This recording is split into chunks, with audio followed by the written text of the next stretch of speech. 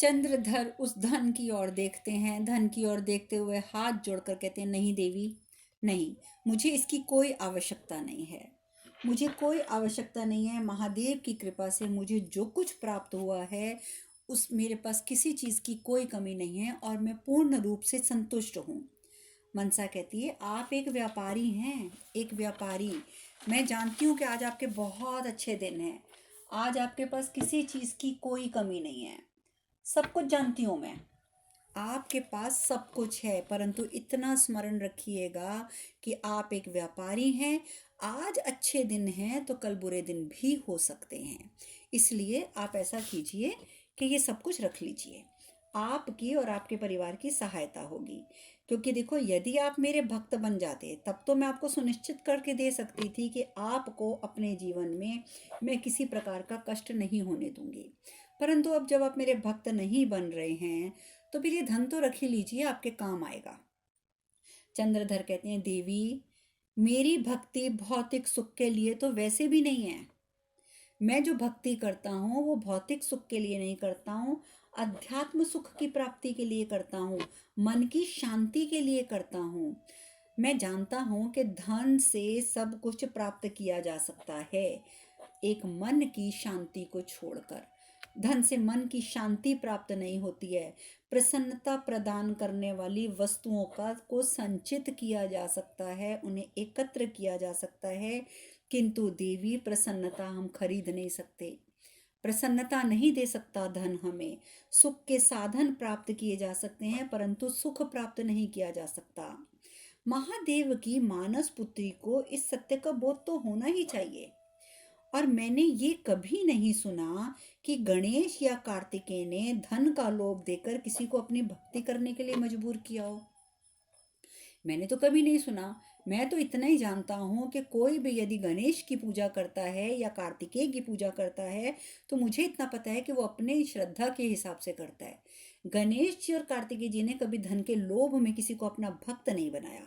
और ना ही मैंने कभी ये सुना है कि कार्तिकेय जी और गणेश जी ने अपने पिता के भक्त को ही अपना भक्त बनाने का प्रयास किया हो। मैंने ये सब कभी नहीं सुना देवी, कभी नहीं सुना। महादेव सब सुन रहे हैं ये।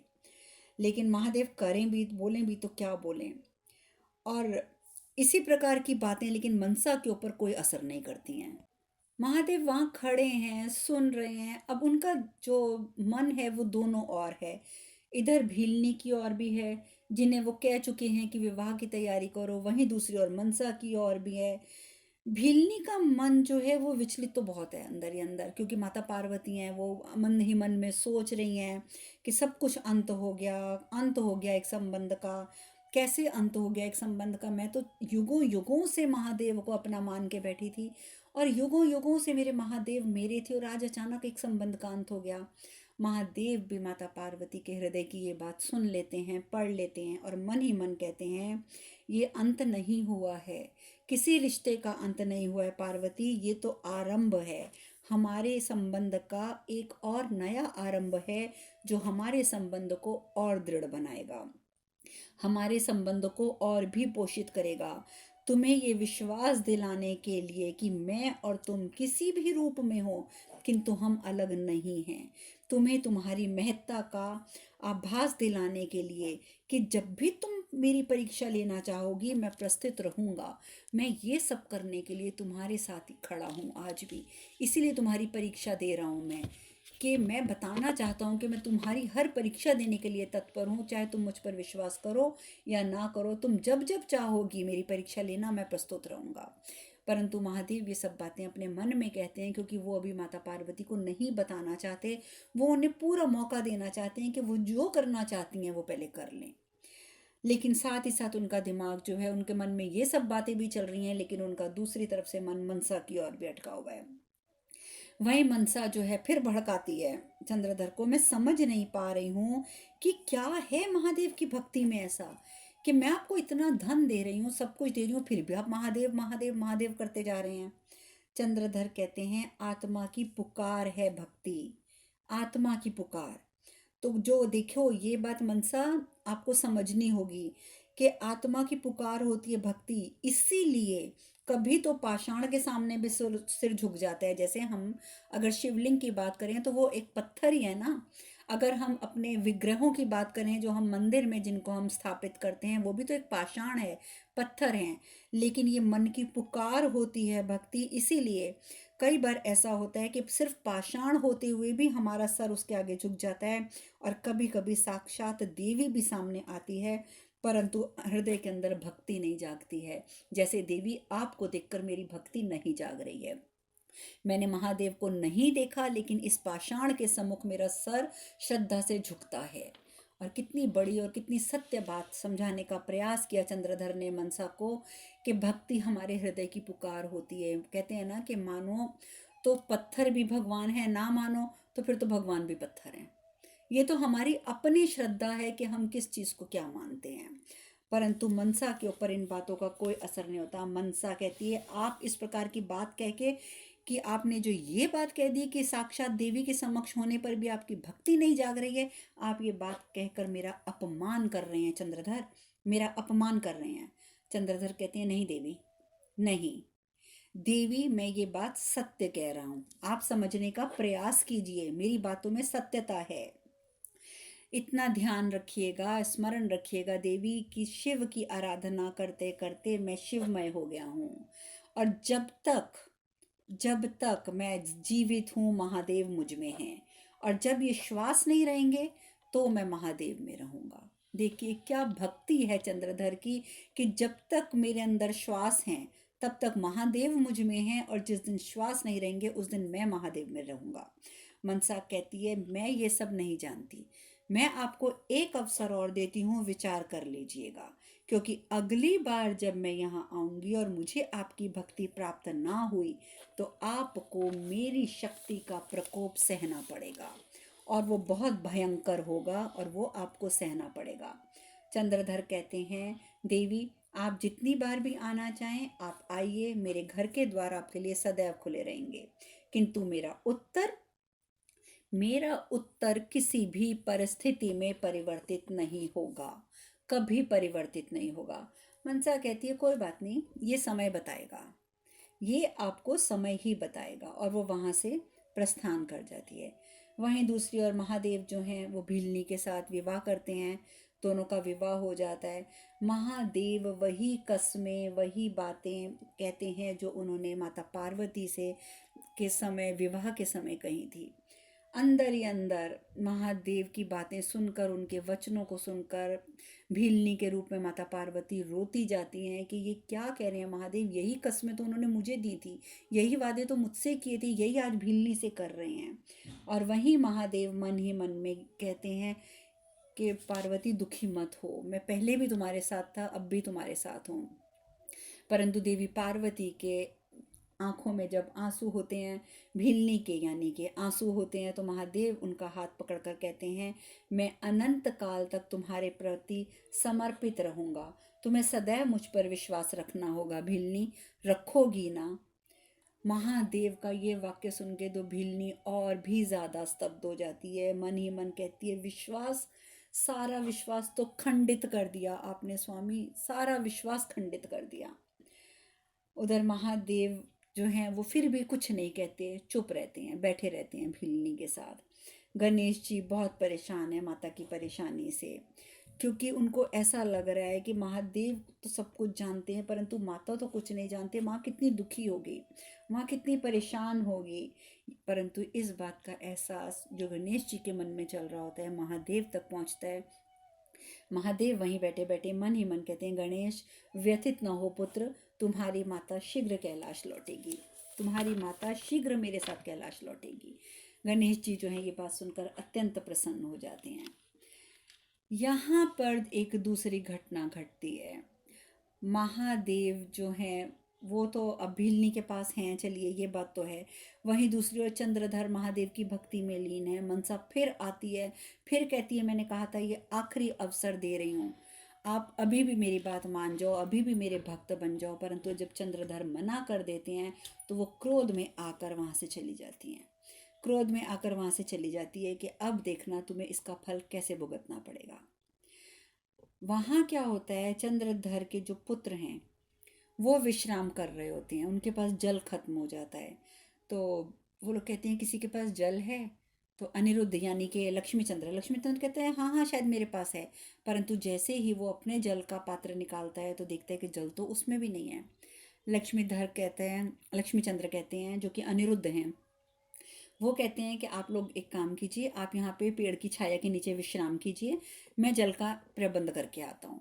और लक्ष्मी चंद्र जल लेने के लिए चल पड़ते हैं। रास्ते में उनका साक्षात्कार होता है उषा से, यानी कि बेहुला से। पूर्व जन्म के प्रेमी प्रेमिका, पूर्व जन्म के पति पत्नी, उनका साक्षात्कार इस जन्म में हो जाता है। बेहुला के हाथ में जल का भरा हुआ कलश है। तो लक्ष्मी चंद्र जो होते हैं, अब मैं आपको पुनः नहीं बताऊंगी कि लक्ष्मी चंद्र अनिरुद्ध हैं और बेहुला उषा है। अब मैं लक्ष्मी चंद्र और बेहुला ही बोलूंगी। लक्ष्मी चंद्र जो हैं वो बेहुला से कहते हैं कि देवी, आपके पास जल है क्या? मुझे कुछ जल प्राप्त हो सकता है, मैं जल की तलाश में हूँ। उषा कह रही हूँ, बेहुला जो है वो उनको जल प्रदान करती है। और एक अनजान सी डोर उन दोनों को खींचने लगती है, क्योंकि वो दोनों समझ नहीं पाते कि ये डोर तो पिछले जन्म के पति पत्नी की डोर है, जो उन्हें एक दूसरे की ओर जो है आकर्षित कर रही है। उनको कुछ समझ नहीं आता, उनको कुछ भी समझ नहीं आता कि ये हो क्या रहे हैं। वो दोनों बातों में बातें करने लग जाते हैं। तो बहुला बोलती है उनको कि लक्ष्मी चंद्र, आप आपसे पहली बार भेंट हुई है मेरी, लेकिन पता नहीं मुझे ऐसा क्यों लग रहा है कि जैसे मैं आपको बहुत पहले से जानती हूँ। जबकि कमाल तो इस बात का है कि भेंट भी संयोगवश हुई है, हम तो एक दूसरे को जानते भी नहीं हैं। मैं पानी भर के ला रही थी और आपको पानी की आवश्यकता थी और हमारी भेंट हुई, परंतु ये क्यों हुआ मैं समझ नहीं पा रही। लक्ष्मी चंद्र जो होते हैं वो कहते हैं, मुझे आपकी बात सुनकर बिल्कुल भी आश्चर्य नहीं हो रहा देवी, क्योंकि मुझे भी यही अनुभूति हो रही है। तो बेहुला कहती है कि चलिए, आप कौन हैं मुझे बताइए। तो लक्ष्मी चंद्र बताते हैं कि मैं चंद्रधर का पुत्र हूँ, मैं व्यापार करने के लिए अपने भाइयों के साथ जा रहा हूँ और मेरे भाई वहाँ पर विश्राम कर रहे हैं वृक्ष के नीचे, तो मैं जल लेने आया था। तो बेहुला कहती है कि आपके पास खाने पीने के लिए कुछ है? तो वो कहते हैं कि नहीं, जल और भोजन तो हमारे पास समाप्त हो चुका है। बेहुला कहती है आप यहीं पे प्रतीक्षा कीजिए, मैंने घर पे बहुत सा भोजन बना कर रखा हुआ है, मैं भोजन लेकर आती हूँ, आप अपने लिए और अपने भाइयों के लिए ले जाइए। अब देखिए, लक्ष्मी चंद्र वहीं खड़े होकर प्रतीक्षा करते हैं, बेहुला भोजन लेने जाती है। उतनी देर में चंद्रधर के ऊपर मनसा जो होती है वो बहुत क्रोधित होती है और ये भी कहती है कि अब मैं आपको आखिरी अवसर फिर दे रही हूँ कि आप मेरा प्रकोप देखेंगे या मेरी भक्ति करेंगे। मनसा इतनी क्रोध में होती है, लेकिन चंद्रधर कहते हैं कि भक्ति की भिक्षा मांगना मनसा बिल्कुल भी शोभा नहीं दे रहा महादेव की पुत्री को। तुम महादेव की पुत्री हो और तुम भिक्षा मांग रही हो भक्ति की। नहीं नहीं, मैं तुम्हें अपनी भक्ति नहीं दे सकता, तुम्हें मेरी भक्ति कभी प्राप्त नहीं होगी, क्योंकि तुम मेरी भक्ति के योग्य नहीं हो। जो भिक्षा मांगे भक्ति की, वो मेरी भक्ति के योग्य नहीं है।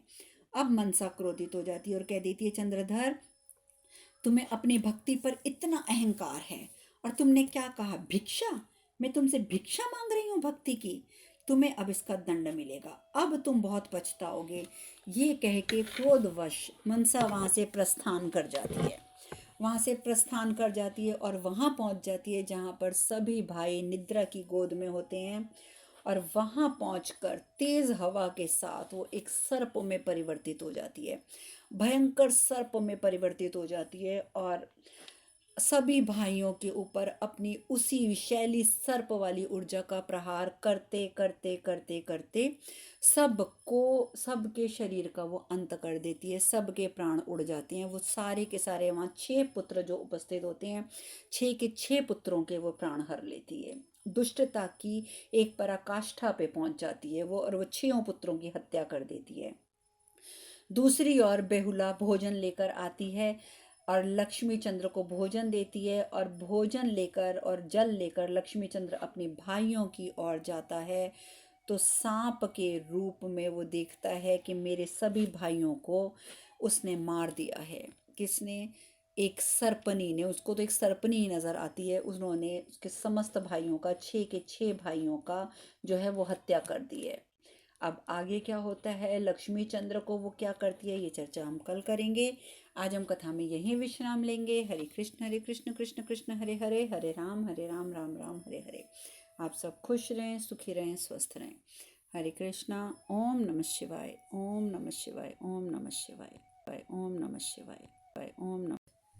चंद्रधर उस धन की ओर देखते हैं, धन की ओर देखते हुए हाथ जोड़कर कहते हैं, नहीं देवी नहीं, मुझे इसकी कोई आवश्यकता नहीं है। मुझे कोई आवश्यकता नहीं है। महादेव की कृपा से मुझे जो कुछ प्राप्त हुआ है उस मेरे पास किसी चीज़ की कोई कमी नहीं है और मैं पूर्ण रूप से संतुष्ट हूँ। मनसा कहती है, आप एक व्यापारी हैं, एक व्यापारी। मैं जानती हूँ कि आज आपके बहुत अच्छे दिन हैं। आज आपके पास किसी चीज़ की कोई कमी नहीं है। सब कुछ जानती हूँ मैं, आपके पास सब कुछ है, परंतु इतना स्मरण रखिएगा कि आप एक व्यापारी हैं। आज अच्छे दिन हैं तो कल बुरे दिन भी हो सकते हैं। इसलिए आप ऐसा कीजिए कि ये सब कुछ रख लीजिए, आपकी और आपके परिवार की सहायता होगी। क्योंकि देखो, यदि आप मेरे भक्त बन जाते तब तो मैं आपको सुनिश्चित करके दे सकती थी कि आपको अपने जीवन में मैं किसी प्रकार का कष्ट नहीं होने दूंगी। परंतु अब जब आप मेरे भक्त नहीं बन रहे हैं तो फिर ये धन तो रख ही लीजिए, आपके काम आएगा। चंद्रधर कहते हैं, देवी मेरी भक्ति भौतिक सुख के लिए तो वैसे भी नहीं है। मैं जो भक्ति करता हूँ वो भौतिक सुख के लिए नहीं करता हूँ, अध्यात्म सुख की प्राप्ति के लिए करता हूँ, मन की शांति के लिए करता हूँ। मैं जानता हूँ कि धन से सब कुछ प्राप्त किया जा सकता है, एक मन की शांति को छोड़कर। धन से मन की शांति प्राप्त नहीं होती है। प्रसन्नता प्रदान करने वाली वस्तुओं का को संचित किया जा सकता है, उन्हें एकत्र किया जा सकता है, किंतु देवी प्रसन्नता हम खरीद नहीं सकते। प्रसन्नता नहीं दे सकता धन हमें। सुख के साधन प्राप्त किए जा सकते हैं परंतु सुख प्राप्त नहीं किया जा सकता। महादेव की मानस पुत्री को इस सत्य का बोध तो होना ही चाहिए। और मैंने ये कभी नहीं सुना कि गणेश या कार्तिकेय ने धन का लोभ देकर किसी को अपनी भक्ति करने के लिए मजबूर किया हो। मैंने तो कभी नहीं सुना। मैं तो इतना ही जानता हूँ कि कोई भी यदि गणेश की पूजा करता है या कार्तिकेय की पूजा करता है तो मुझे इतना पता है कि वो अपने श्रद्धा के हिसाब से करता है। गणेश जी और कार्तिकेय जी ने कभी धन के लोभ में किसी को अपना भक्त नहीं बनाया। और ना ही मैंने कभी ये सुना है कि कार्तिकेय जी और गणेश जी ने अपने पिता के भक्त को ही अपना भक्त बनाने का प्रयास किया हो। मैंने ये सब कभी नहीं सुना देवी, कभी नहीं सुना। महादेव सब सुन रहे हैं ये, लेकिन महादेव करें भी, बोलें भी तो क्या बोलें। और इसी प्रकार की बातें लेकिन मनसा के ऊपर कोई असर नहीं करती हैं। महादेव वहाँ खड़े हैं, सुन रहे हैं। अब उनका जो मन है वो दोनों ओर है। इधर भीलनी की ओर भी है, जिन्हें वो कह चुके हैं कि विवाह की तैयारी करो, वहीं दूसरी ओर मनसा की ओर भी है। भीलनी का मन जो है वो विचलित तो बहुत है अंदर ही अंदर, क्योंकि माता पार्वती हैं, वो मन ही मन में सोच रही हैं कि सब कुछ अंत हो गया, अंत हो गया एक संबंध का। कैसे अंत हो गया एक संबंध का? मैं तो युगों युगों से महादेव को अपना मान के बैठी थी और युगों युगों से मेरे महादेव मेरे थे, और आज अचानक एक संबंध का अंत हो गया। महादेव भी माता पार्वती के हृदय की ये बात सुन लेते हैं, पढ़ लेते हैं और मन ही मन कहते हैं, ये अंत नहीं हुआ है, किसी रिश्ते का अंत नहीं हुआ है पार्वती, ये तो आरंभ है। हमारे संबंध का एक और नया आरंभ है जो हमारे संबंध को और दृढ़ बनाएगा, हमारे संबंध को और भी पोषित करेगा।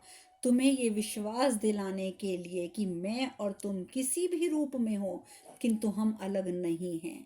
तुम्हें तुम्हारी महत्ता का आभास दिलाने के लिए कि जब भी तुम मेरी परीक्षा लेना चाहोगी मैं प्रस्तुत रहूँगा।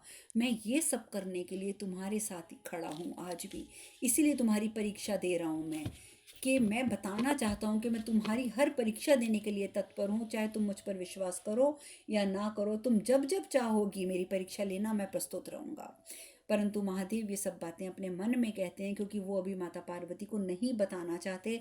वो उन्हें पूरा मौका देना चाहते हैं कि वो जो करना चाहती हैं वो पहले कर लें। लेकिन साथ ही साथ उनका दिमाग जो है, उनके मन में ये सब बातें भी चल रही हैं, लेकिन उनका दूसरी तरफ से मन मनसा की ओर भी अटका हुआ है। वही मनसा जो है फिर भड़काती है चंद्रधर को। मैं समझ नहीं पा रही हूँ कि क्या है महादेव की भक्ति में ऐसा कि मैं आपको इतना धन दे रही हूँ, सब कुछ दे रही हूँ, फिर भी आप महादेव महादेव महादेव करते जा रहे हैं। चंद्रधर कहते हैं आत्मा की पुकार है भक्ति, आत्मा की पुकार। तो जो देखो ये बात मनसा आपको समझनी होगी कि आत्मा की पुकार होती है भक्ति। इसीलिए कभी तो पाषाण के सामने भी सिर सिर झुक जाता है। जैसे हम अगर शिवलिंग की बात करें तो वो एक पत्थर ही है ना। अगर हम अपने विग्रहों की बात करें जो हम मंदिर में जिनको हम स्थापित करते हैं वो भी तो एक पाषाण है, पत्थर हैं। लेकिन ये मन की पुकार होती है भक्ति। इसीलिए कई बार ऐसा होता है कि सिर्फ पाषाण होते हुए भी हमारा सर उसके आगे झुक जाता है। और कभी कभी साक्षात देवी भी सामने आती है, परंतु हृदय के अंदर भक्ति नहीं जागती है। जैसे देवी आपको देखकर मेरी भक्ति नहीं जाग रही है। मैंने महादेव को नहीं देखा, लेकिन इस पाषाण के सम्मुख मेरा सर श्रद्धा से झुकता है। और कितनी बड़ी और कितनी सत्य बात समझाने का प्रयास किया चंद्रधर ने मनसा को कि भक्ति हमारे हृदय की पुकार होती है। कहते हैं ना कि मानो तो पत्थर भी भगवान है, ना मानो तो फिर तो भगवान भी पत्थर हैं। ये तो हमारी अपनी श्रद्धा है कि हम किस चीज़ को क्या मानते हैं। परंतु मनसा के ऊपर इन बातों का कोई असर नहीं होता। मनसा कहती है आप इस प्रकार की बात कह के कि आपने जो ये बात कह दी कि साक्षात देवी के समक्ष होने पर भी आपकी भक्ति नहीं जाग रही है, आप ये बात कहकर मेरा अपमान कर रहे हैं चंद्रधर, मेरा अपमान कर रहे हैं। चंद्रधर कहते हैं नहीं देवी, नहीं देवी, मैं ये बात सत्य कह रहा हूँ, आप समझने का प्रयास कीजिए, मेरी बातों में सत्यता है।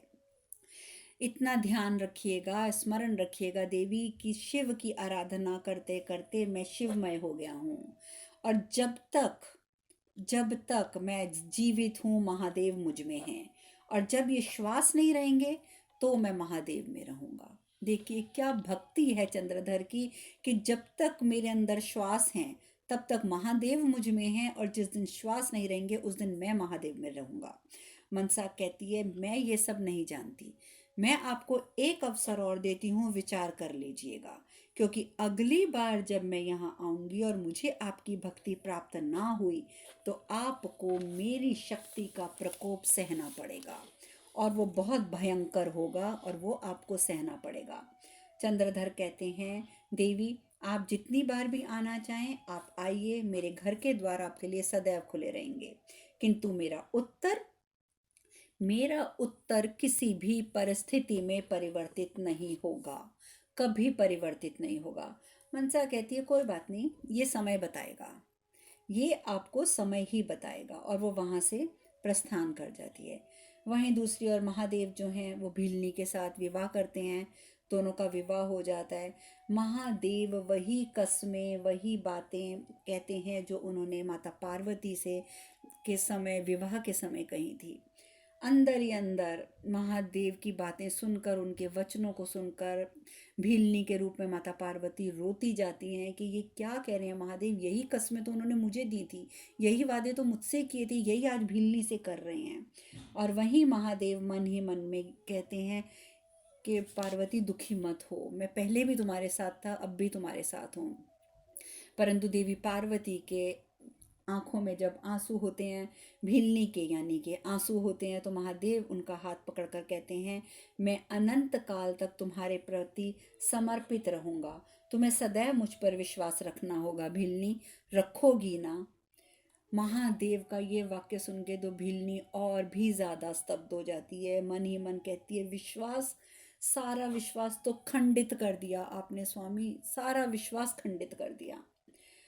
उधर महादेव जो हैं वो फिर भी कुछ नहीं कहते, चुप रहते हैं, बैठे रहते हैं भीलनी के साथ। गणेश जी बहुत परेशान है माता की परेशानी से, क्योंकि उनको ऐसा लग रहा है कि महादेव तो सब कुछ जानते हैं परंतु माता तो कुछ नहीं जानते, माँ कितनी दुखी होगी, माँ कितनी परेशान होगी।